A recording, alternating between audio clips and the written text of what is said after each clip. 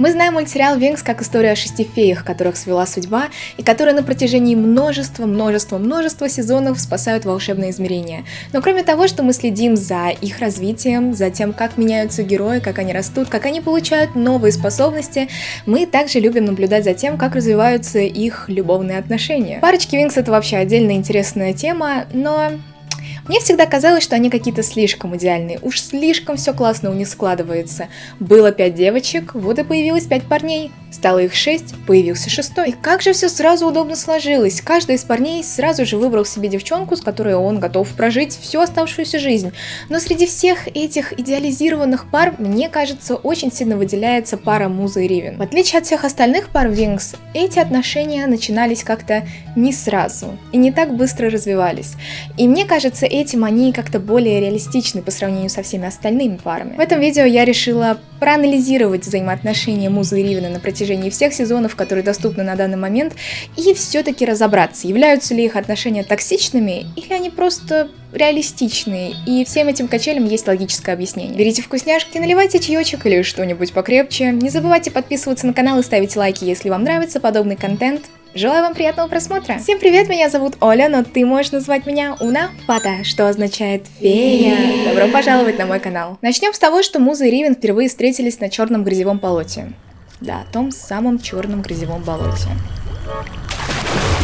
При той встрече Муза сразу же словила краш на Ривена, несмотря на то, что Ривен, как обычно, был тем еще засранцем.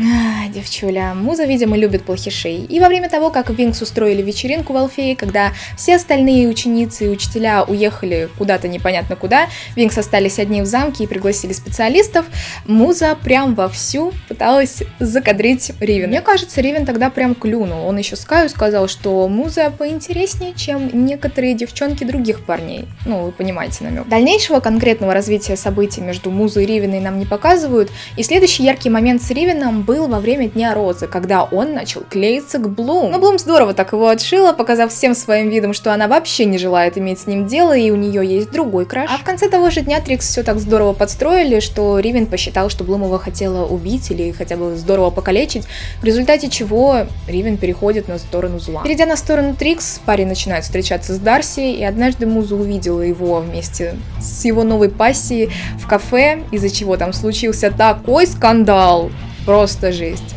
Вскоре после этого Муза перестала тешить себя мыслями о том, что они будут вместе с Ривеном, и вроде как-то подзабила на это. Только к концу первого сезона до парня наконец-то дошло, что его просто использовали, что Трикс то еще зло, и что ему не стоит связываться с этими девочками, и надо бежать как можно скорее, как можно дальше. Не без большого труда, но у него все-таки это получилось, и у него получилось добиться прощения со стороны его друзей-специалистов и Винкс. Ну и вернувшись обратно в команду, во втором сезоне мы видим, как Муза и Ривен взаимодействуют между собой, но скорее как очень хорошие, очень близкие друзья. Но все же были моменты, когда можно было понять, что между Музой и Ривеном есть взаимная симпатия. Он просто из кожи вон лез для того, чтобы доказать ее отцу, что он классный парень, и ему можно доверить его дочку. Но во время того, как Винкс и парни были на диких землях, Муза даже получила чармикс, поверив Ривену и доверившись ему. Но и самые романтичные, самые запоминающиеся моменты этой пары случились в конце второго сезона, когда Муза и Ривен прощались перед финальной битвой с Даркаром.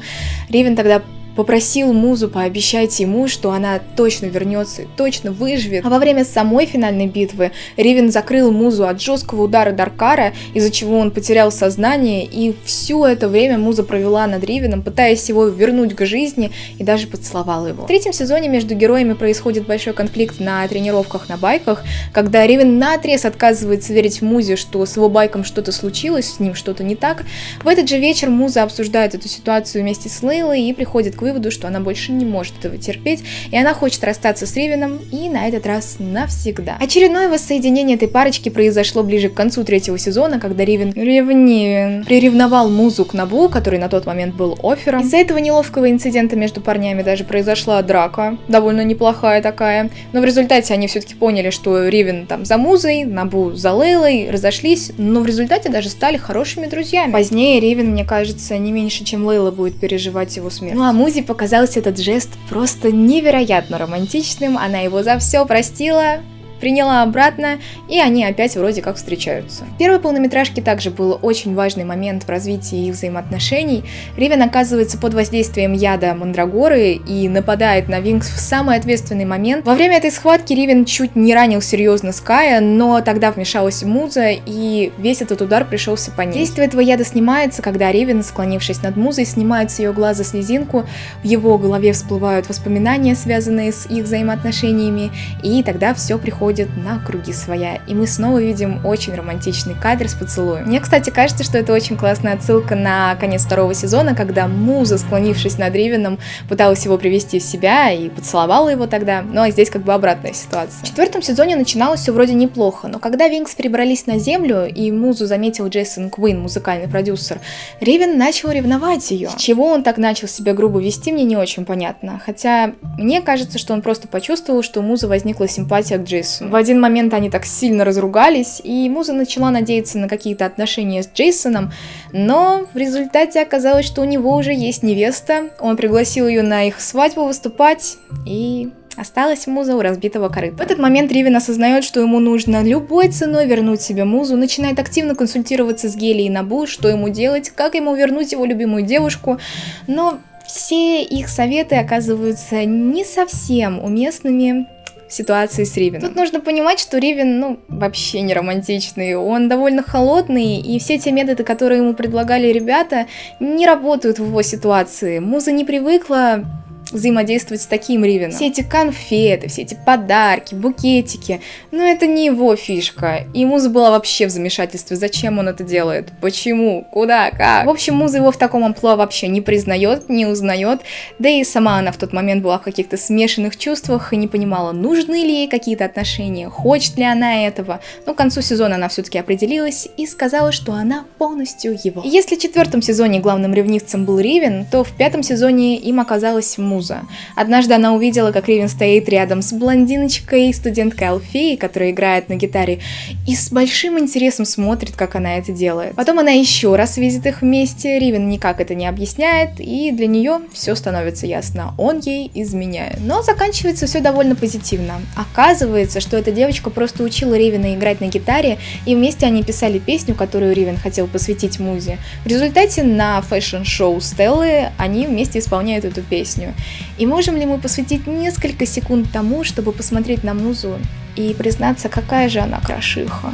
И вот насколько все хорошо было в пятом сезоне, настолько же плохо стало в шестом сезоне. В этом сезоне герои начали отдаляться друг от друга, точнее Никелодеон стал отдалять их друг от друга. Ривен полностью погряз в своих специалистских делах. Он очень много тренировался, он очень много времени проводил в спортзале вместе со специалистами и, по сути, просто забил на Музу. Ривен перестал посвящать достаточное время Музе, и однажды она пришла к нему с этим вопросом: «Чувак, что такое? В чем дело? Я тут». На что он ответил, что он хочет еще потренироваться, и ушел. И внезапно он приходит к Музе с сообщением о том, что он хочет покинуть клуб, покинуть специалистов и отправиться в какое-то свое приключение, о котором нам так в результате не рассказали. Он вдруг осознал, что он до сих пор не может быть достойным защитником для Музы. Он не может позволить себе проводить каждый день вместе с ней, и ему нужно что-то большее для того, чтобы наконец-то стать ее полноправным защитником. Я думаю, в этот момент у Ривена произошел какой-то перелом в мозгах, и он наконец-то понял, что все, что он раньше делал, это были какие-то просто дешевые понты. Надо уже взрослеть наконец-то. И в этот грустный момент Муза соглашается с Ривеном и говорит, что им просто не суждено быть вместе. И Ривен покидает здание. В седьмом сезоне герой вообще не появляется, и Муза говорит о нем только в контексте того, что они сделали правильное решение. Классно, что мы расстались. Ну а в восьмом сезоне, многострадальном, Ривен просто берет и появляется. Вот просто ноль объяснений. Просто берет и появляется. Тут, я думаю, все-таки надо учитывать обстоятельства, которые окружают этот мультсериал. В восьмом сезоне авторы хотели вернуть какую-то вот такую ностальгию в новые серии, при этом изменив полностью его стиль, но это ладно, это другая тема. Они туда вернули Валтера, они вернули туда много других фишек, они вернули предыдущие превращения, и в том числе вернули и Ривена. Таким образом, они хотели выехать на какой-то ностальгии, знаете, на ностальгичных чувствах фанатов, но это не совсем получилось, в том числе и из-за рисовки, конечно же. Я не уверена, что по первоначальной задумке, когда Ривена убирали из повествования в шестом сезоне, у авторов были вообще планы вернуть его однажды в каких-то новых сериях. Я более чем уверена, что это сделали чисто ради того, чтобы фанаты хоть как-то, хоть из-за Ривена посмотрели новые серии. Это только мое мнение, возможно, оно ошибочное, но мне вот так вот очень сильно кажется, вот очень сильно. Но в то же время нам показывают, насколько сильно Ривен изменился. Он действительно совершенно по-другому себя ведет, он настолько замотивирован вернуть себе расположение музы, что делает просто все для того, чтобы максимальное время быть рядом с ней. Так, в одной из серий 8 сезона он спасает ее от атаки Дарси, и тогда же происходит очень милая сцена, где Муза и Ривен садятся за музыкальный инструмент и вместе играют на нем. Мне интересно, с каких пор Ривен играет на музыкальных инструментах, он вроде умел только на гитаре, но, возможно, вот как-то он развил свои навыки, и теперь он вместе с Музой может играть музыку. Их отношения действительно очень сложные. То они вместе, то они расстались, то он любит ее, то он вообще ее не воспринимает. И действительно непонятно, какая у кого мотивация. Кто действительно любит и кто действительно дорожит своим партнером, а кто просто садист какой-то. В английском такие отношения называются on and off. То они вместе, то они врозь, непонятно, что происходит, но в то же время в их отношениях постоянно происходит все по какому-то замкнутому кругу. После каждого конфликта, который доводит эту пару почти до разрыва отношений, происходит что-то, что заставляет их снова сойтись и даже в какой-то степени стать немного ближе друг к другу. И мне кажется, все эти постоянные качели вызваны тем, что эта пара очень эмоциональная. Даже несмотря на то, что Ривен по своей натуре такой прям холодный, безэмоциональный, а Муза очень вспыльчивая, вместе они производят просто какую-то бомбу на свет. В 8 сезоне было очень классно сказано, и это заметил сам Ривен. У них есть одна общая черта. Они постоянно спорят. Что бы ни было, они постоянно ссорятся на основе того, что у них слишком разные взгляды. Но в то же время, что поделать, если на этом они и сходятся? И как раз после этого осознания они и восстанавливают свои отношения. Причем в этих качелях не всегда Ривен виноват. Иногда и Муза вспылит на каком-то пустом месте, а потом за нее расхлебывая все эти проблемы утихающие. Например, во 2 сезоне она вспылила из-за того, что Ривен как-то не так отреагировал на шапку, которую она примерила. Вообще до этого момента не поняла, не знаю, какой-то конфликт на пустом месте, ну правда. Я думаю, здесь дело в том, что они с одной стороны довольно похожи, а с другой стороны совершенно разные. Вот, например, в эмоциональном плане они, вообще никак не похожи. Ривен — это такой тип людей, который не делает ничего, и из-за этого вообще непонятно, что он чувствует, что он думает, что он действительно хочет, а чего он не хочет. И как раз об этом Муза и поет в своей песне Heart of Stone. Я пыталась понять тебя, но ты все еще загадка. Иногда я чувствую, что ты рядом, а иногда будто мы находимся в километрах. Хватит играть с моими чувствами, я скоро сойду с ума. Ривен весь такой закрытый, холодный, безэмоциональный, просто как стена. И Муза такой талантливый человек, такая талантливая фея, вся на эмоциях, всегда такая вдохновленная или наоборот супер расстроенная. Она привыкла ярко выражать свои эмоции, она привыкла ярко реагировать на то, что происходит вокруг, в то время как Ривен либо вообще не выражает никаких эмоций, либо выражает, но в основном какие-то негативные. С другой стороны, они схожи во многом за счет своего бэкграунда, за счет того, как прошло их детство. Мы знаем, что Муза очень рано потеряла свою мать, и это для нее большая потеря, очень болезненная, которая преследует ее буквально всю ее жизнь. И с другой стороны, есть Ривен, у которого история не менее печальная. Оказывается, в детстве его бросила мать, и из-за этого он теперь с опаской относится ко всем женщинам в принципе.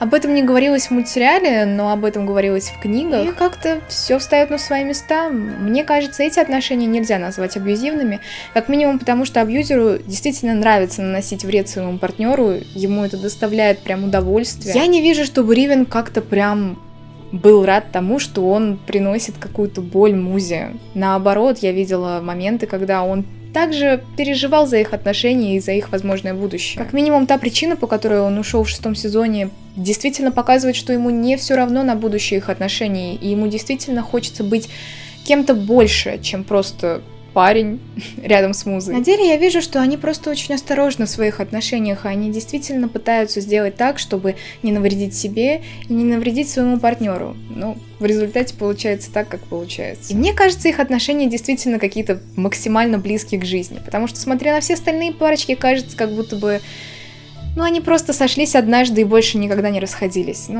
Это редко когда случается в настоящей жизни. И даже когда мы находим людей, которые, казалось бы, довольно сильно похожи на нас, у нас много общего, все равно наступает какой-то момент притирки, все равно будут происходить ситуации, когда придется идти на компромиссы, прогибаться в каких-то моментах или наоборот пытаться переучить своего партнера.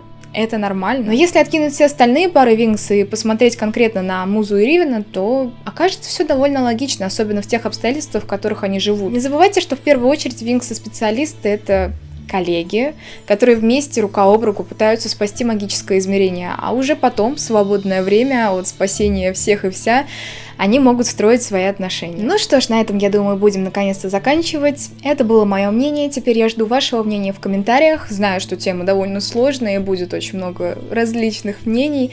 Давайте обсуждать эту тему вместе. Подписывайтесь на канал, включайте все уведомления, чтобы ничего не пропустить, а также ставьте лайки или дизлайки, в зависимости от того, понравилось вам это видео или нет. И вообще заходите на мой канал, там много интересного, и я уверена, что хотя бы одно видео, кроме этого, вам точно зайдет. Ну а тем, кто досмотрел это видео до конца, бонус. Песня от меня. Грустить я больше не хочу, и извиняться поздно. С тобой быть не хочу, я ухожу. Я от тебя сейчас уйду, другого я себе найду. Свободная и не грущу никак. Ты не моя мечта, так что прощай.